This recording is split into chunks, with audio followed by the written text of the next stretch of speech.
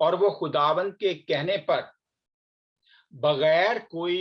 Help لیے، بغیر کوئی چیز لیے، وہ خداوند کے بتائے ہوئے راستے پر چل نکلا تھا۔ یہ تھا ایمان کا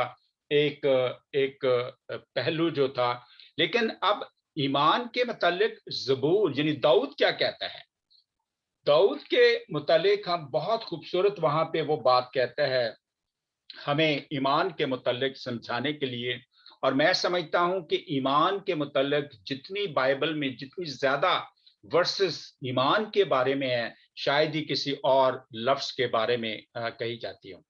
داؤد یہاں پہ ہمیں 26 چیپٹر اس کی پہلی آیت اور اس کا دوسرے حصے میں یوں مرقوم ہے، اور میں نے خداوند پر بے لغزش توکل کیا ہے، بے لغزش۔ اسی لیے میں نے کہا تھا کہ جب ہم بزنس کرتے ہیں یا کوئی اور دنیا داری کا کام، بزنس سے مراد میرا دنیا داری کا کوئی بھی کام ہے، تو اس میں کہیں نہ کہیں ضرور جھول آ جاتی ہے انسان سے، ہر ایک سے ہوتی ہے۔ لیکن داؤد کہتا ہے، داؤد جو ایمان کا سٹینڈرڈ بتاتا ہے، اب دیکھیں داؤد جو سٹینڈرڈ بتا رہا ہے، اور آج جو ہمارا جس سٹینڈرڈ میں ہم رہ رہے ہیں، وہاں پہ بہت ساری لغزشیں، وہاں پر بہت سارے جھول ہیں، وہاں سب بہت ساری بے انصافیاں ہیں، اور اس لیے وہ داؤد جو ہے وہ خداوند کو آگے دوسری آیت میں دعوت دیتا ہے کہ آئے خداوند مجھے جانچ اور آزما، کہ میں تو بے داغ ہوں، میں نے کبھی کوئی ایسا جھول نہیں کیا، میں نے بے لغزش۔ ہمارے ایمان میں اپ اینڈ ڈاؤن جو ہیں وہ آتے رہتے ہیں، ہمارے اوپر تھوڑی سی مصیبت آئی تو ہم گھبرا جاتے ہیں، پریشان ہو جاتی ہیں، ہماری دعا کے سٹائل میں فرق آ جاتا ہے، ہماری گفتگو میں، ہمارے اگزامپل دینے میں جو ہے وہ بہت فرق آ جاتا ہے۔ سو اس طریقے سے، اور آگے پھر جو ہے اس کا آخر اینڈ جو اسرائیل کے متعلق کہا گیا ہے، وہ کچھ اس میں مزید وضاحت بتائی گئی ہے کہ قوم بنی اسرائیل یا عام انسان جو ہے اس کو کیسے لیتا ہے، اور وہ ہے ہوشیہ کی کتاب، اس کا 10واں باب اور اس کی 13ویں آیت میں دیکھیں کہ انسان کے بارے میں، خاص طور پہ قوم بنی اسرائیل کے بارے میں کیا کہا جاتا ہے۔ یہاں پہ لکھا ہے، اس کا 10واں باب اور اس کی 13ویں آیت میں لکھا ہے، تم نے شرارت کا حل چلایا۔ یہ ہے انسانی سوچ، یہ انسانی سوچ کا ایک بہت خطرناک پہلو ہے، بہت ہی خطرناک، جو ہر روز خاندانوں کو اب برباد کرتا ہے، گروپس کو برباد کرتا ہے، قوموں کو تہس نہس کر دیتا ہے، کہ شرارت کا حل چلایا، کہ جب ہم کسی دوسرے کی تکلیف پہ خوش ہوتے ہیں، ہنستے ہیں، مذاق اڑاتے ہیں اور طرح طرح کی باتیں کرتے ہیں، یہ ہے شرارت کے حل، اور بھی بہت ساری باتیں اس کا احاطہ کرتی ہیں۔ اور پھر کہتا ہے کہ بد کرداری کی فصل کاٹی اور جھوٹ کا پھل کھایا، کیونکہ تم نے اپنی روش میں اپنے بہادروں کے انبواہ پر تکیہ کیا، کہ جو تمہارے بہادروں کے اور عقل مندوں کے جو گروہ ہیں بڑے بڑے، ان کی تعداد پر تم فخر کرتے ہو۔ تم نے مجھ پر، یعنی خداوند کہہ رہا ہے کہ تم نے مجھ پر ایمان رکھنا چھوڑ دیا، تم مجھ پر ٹرسٹ نہیں کرتے، تم اپنے اعداد و شمار پر اکتفا کرتے ہو۔ یہ خداوند ہمیں احساس دلا رہا ہے، ہماری غلطیاں بڑے کلیئر طریقے سے، وہ ہماری غلطیاں یعنی انسان کی غلطیاں بتا رہا ہے۔ اور یہ جو نمبرز کا معاملہ ہے، یہ ہر جگہ آتا ہے، یہ وقت کے معاملے میں آتا ہے، یہ دولت کے معاملے میں آتا ہے، یہ انسان کے لباس میں، یہ انسان کے ایٹیٹیوڈ میں، انسان کی گفتگو، یعنی زندگی کے ہر معاملے میں یہ جو نمبر کا سٹینڈرڈ ہے، یہی انسان کو برباد کر رہا ہے۔ اور ہوشیہ نبی جو ہے وہ اس لیے اتنے سخت الفاظ قوم بنی اسرائیل کو وارن کر رہا ہے، انہیں بتا رہا ہے کہ یہ ہے تمہاری غلطی۔ سو اب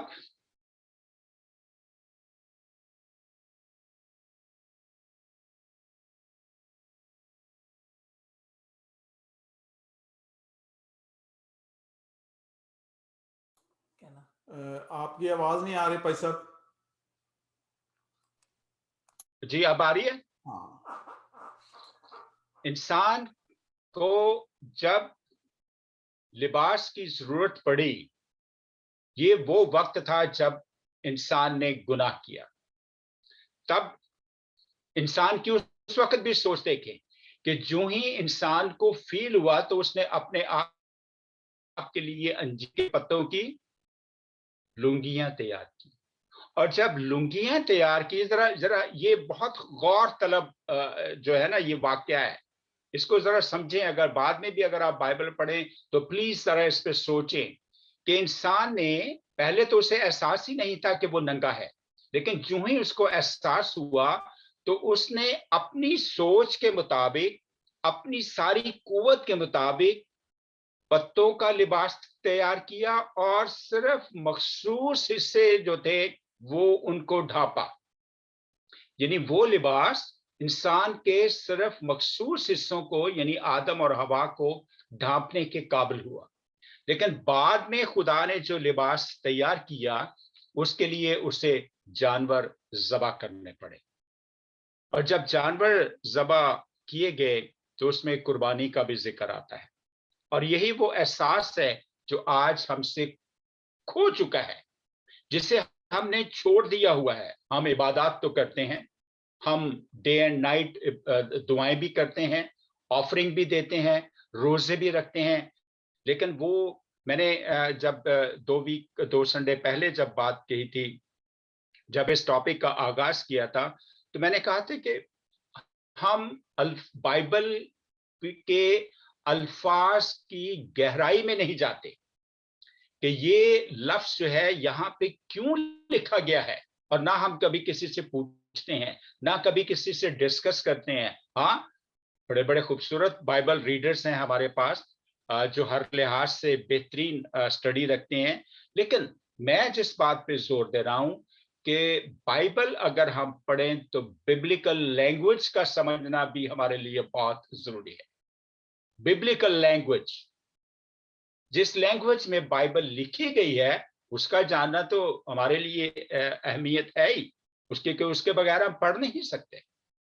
لیکن ببلیکل لینگویج کا جاننا جو ہے وہ ہمارے لیے بہت ضروری ہے. اور اسی لیے وہ خدا جو ہے وہ لباس پہ یہاں پہ زور دے رہا ہے. تو یہ باتیں جو ہے اگر میں لباس ہی کے بارے میں اور زیادہ تفصیل میں جاؤں تو بہت زیادہ ٹائم چاہیے، اور اس لیے یسایہ کی کتاب میں بھی بڑی تفصیل میں اس کے بارے میں کہا گیا. پھر رومیو، میں زیادہ ٹائم نہیں لوں گا، میں رومیو کے مطلب میں سے آپ کے لیے کچھ پڑھوں گا کہ رومیو کے خط میں اس کے 13ویں باب اور اس کی 14ویں آیت میں کچھ اس طریقے سے ہے کہ بلکہ خداوند یسوع مسیح کو پہن لو اور جسم کی خواہشوں کے لیے تدبیر نہ کرو. یہ جسم کے اعتبار سے بے شک بہت سارے حوالہ جات ہیں، لیکن یہ فائنل جو میں نے آج کے دن کے لیے چنا کہ ہم مسیح خداوند کو پہن لے. اور لودیکیہ کی کلیسیا کو بھی مسیح خداوند یہی کہہ رہا ہے، اسی لیے کہہ رہا ہے کہ مجھ سے مانگ تو میں تجھے وہ لباس دوں گا جس سے تجھے پہننے کے بعد کوئی شرمندگی نہ ہوگی. اب سرما کے بارے میں بھی اس میں ذکر ہے، اور کہتا ہے کہ اور آنکھوں میں لگانے کے لیے سرما لے تاکہ تو بینا ہو جائے. بے شک تو اس اسکول کے سرمے کو تو لیتا ہے جسے دنیا تسلیم کرتی ہے، مانتی ہے کہ وہاں پہ اگر سرمے کی ریسرچ کی جائے عزیزو تو یہ خاص طور پہ مشرقی جو فیمیل ہیں وہاں سے شروع ہوا، میل بھی کچھ یوز کرتے ہیں اس کو، اور یہ گرمی کی شدت سے آنکھوں کو بچانے کے لیے یوز کیا جاتا تھا، کیونکہ جن علاقوں میں گرمی بہت ہوتی ہے وہاں پہ یہ استعمال کیا جاتا ہے. اور اس سے دوسری بات جو ہوتی ہے، چاہے کیونکہ میں نے دیکھا ہے کہ پاکستان انڈیا میں بھی بہت تھوڑے سے میل بھی اس کو یوز کرتے ہیں کہ اس کو لگانے سے آپ کی آنکھیں جو ہے بڑی پرومیننٹ ہو جاتی ہیں اور انسان اپنے آپ کو بیٹر اور خوبصورت فیل کرنا شروع کر جاتا ہے. اس وقت بھی لودیکیہ کے زمانے میں بھی یہی 3-4 باتیں جو تھی اس کے بارے میں عام جو تھی وہ پائی جاتی تھی. اور اس کو اگر سمجھنے کے لیے جو ہے نا وہ عبرانی میں فوق کا لفظ ہے وہ ہماری خاص